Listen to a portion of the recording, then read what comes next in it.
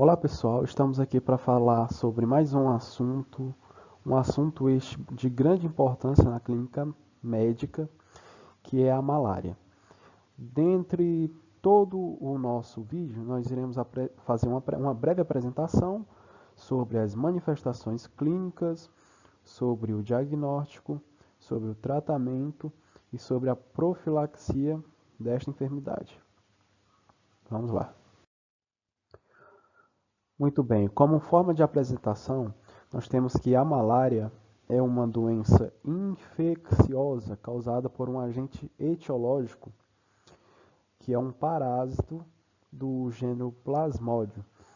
E dentre essa gama de Plasmodium, nós temos quatro que vão fornecer ao paciente o desencadeamento da enfermidade malária, que são eles: o Plasmodium falciparum, o Plasmodium vivax, o Plasmodium malariae e o Plasmodium ovale.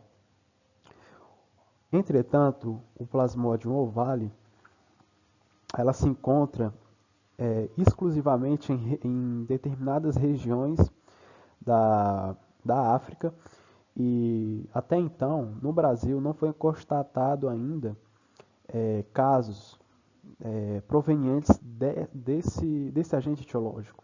O ovale, não. Entretanto, o falciparum, o vivax e o malariae são sim encontrados no nosso território brasileiro.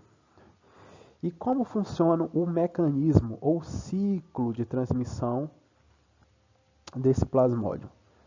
Vamos lá.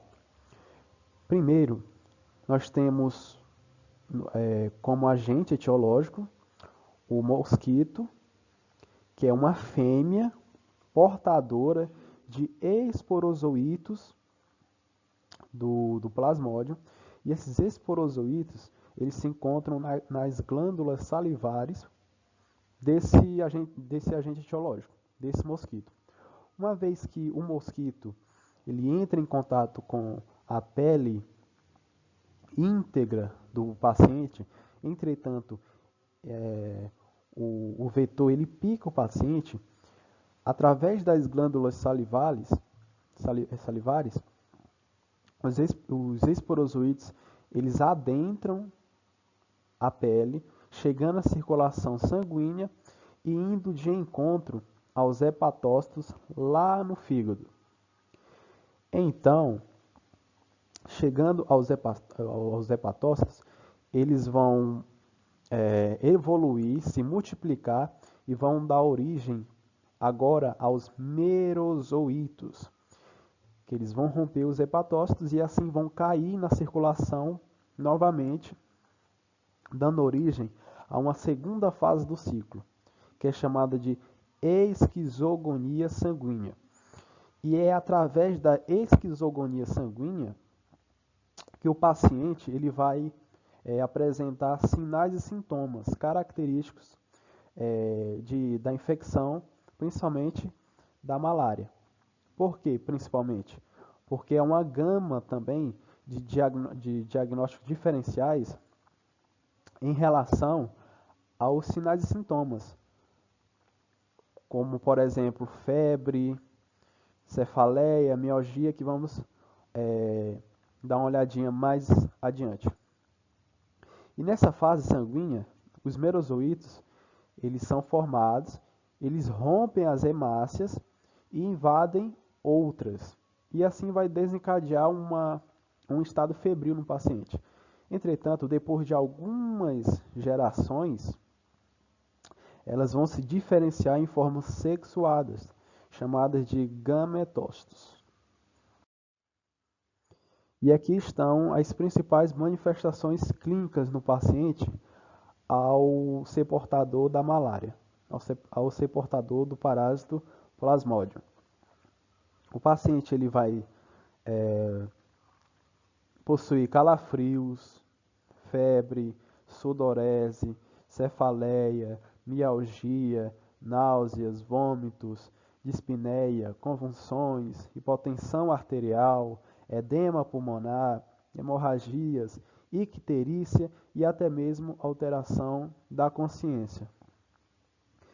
Vale destacar que essas manifestações clínicas, para termos um diagnóstico eficaz da malária, não podemos ficar apenas no ramo clínico, ou seja, na observação clínica do paciente. Não, nós necessitamos também de exames laboratoriais para, de fato, ter uma conclusão da veracidade de que o paciente possui sim o plasmodium na sua corrente sanguínea.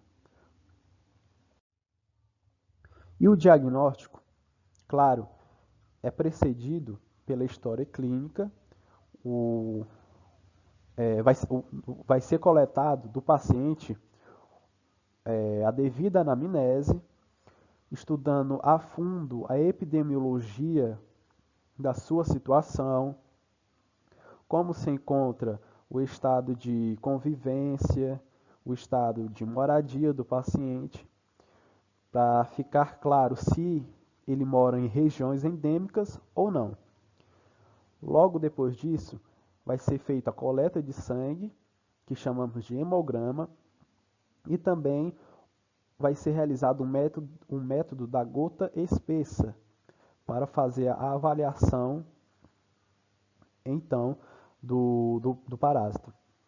E elas possuem as seguintes características. Característica A.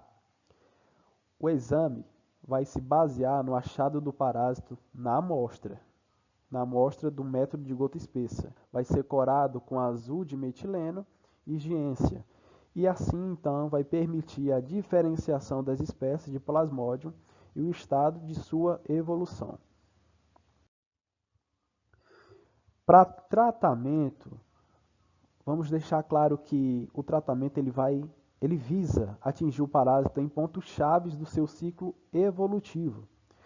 Vamos ter a interrupção da esquizogonia sanguínea, que de fato ele vai ser um desencadeador dos sinais e sintomas do paciente, e o tratamento ele vai ao alcance da esquizogonia sanguínea e vai fazer a devida interrupção. Vamos também ter destruições de formas latentes do parásito, que são chamadas de hipnozoítos, do grego hipno, sono, zoítos, os ovos do plasmodium, que são das espécies de Plasmodium vivax, Plasmodium ovale, e vão evitar, assim, recaídas tardias, porquanto vai demandar a destruição de hipnozoítos.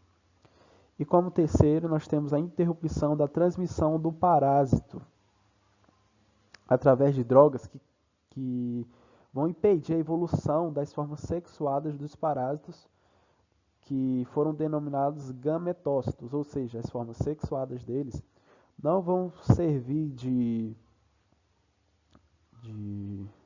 de peça-chave, para que um mosquito venha picar um indivíduo contaminado e esse mosquito venha se autocontaminar.